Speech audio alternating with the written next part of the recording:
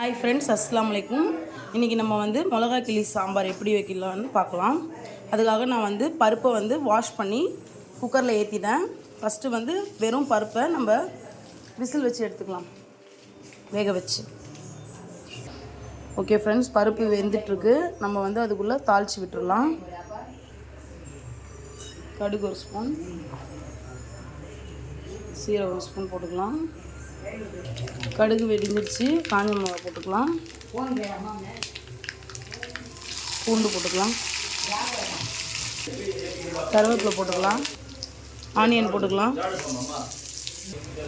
கொஞ்சோண்டு இஞ்சி பூண்டு சேர்த்துக்கலாம். இது டேஸ்ட்டாக இருக்கும். வெங்காயம் வதங்கிடுச்சு. தக்காளி போட்டுக்கலாம். 1/2 டீஸ்பூன் மஞ்சள்தூள் போட்டுக்கிட்டேன்.